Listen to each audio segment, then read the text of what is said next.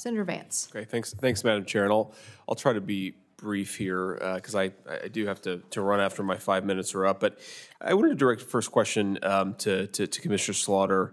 And one criticism of the FTC during Lina Khan's tenure, a criticism, to be frank, I often disagree with, is that whatever the need for aggressive antitrust enforcement, conservatives should not trust the FTC to enforce antitrust laws without incorporating partisan views about race, gender, and sexual orientation. In other words, there's a fear that antitrust enforcement often overlaps too much with progressive political ideology.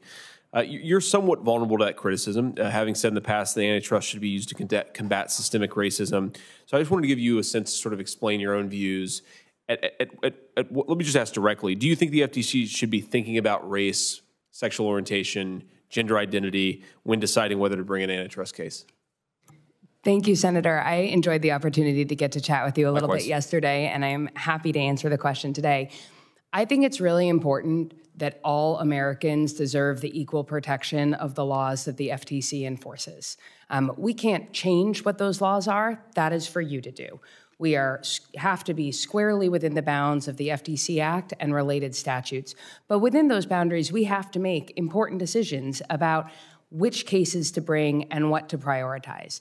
On the consumer protection side of our house, for many, many years, we've had something called the Every Community Initiative, through which we ensure that every community in America gets the protection of the laws that we enforce. And that means people of color, but it also means rural Americans, senior citizens, members of the military, where experience teaches us that if we don't go out proactively to look for those cases, we might unintentionally just bring cases that help the same group of already privileged Americans that don't need our help the most. And so what I have been trying to articulate is a view that we should apply that same principle, that all Americans deserve the equal protection of the laws that we enforce on the competition side of our house.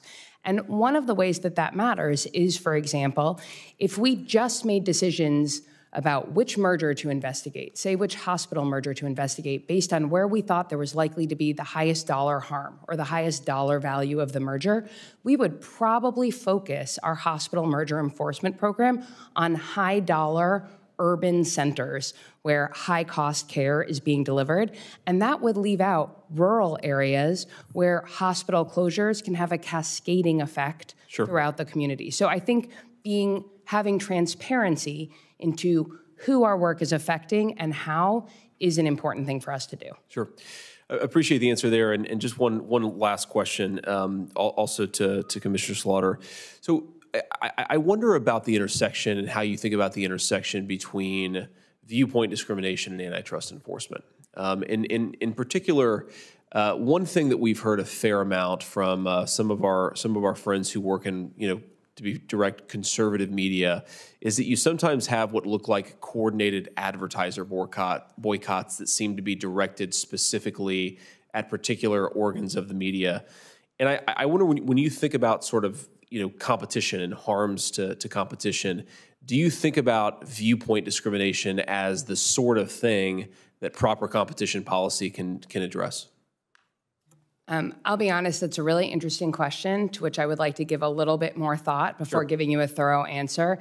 I think a couple of flags that jump out to me is when you're talking about viewpoint and expression, you're talking about important issues of speech where the government needs to tread very, very carefully, as Mr. Ferguson articulated. And then I also think about is there an articulable violation of the laws that we enforce, and that has to be the first thing that we start with and think about. But beyond that, I haven't given enough thought to your particular question to answer it more thoroughly. Okay.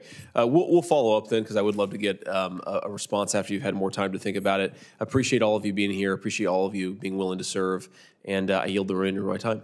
Thanks. Thank you, Senator.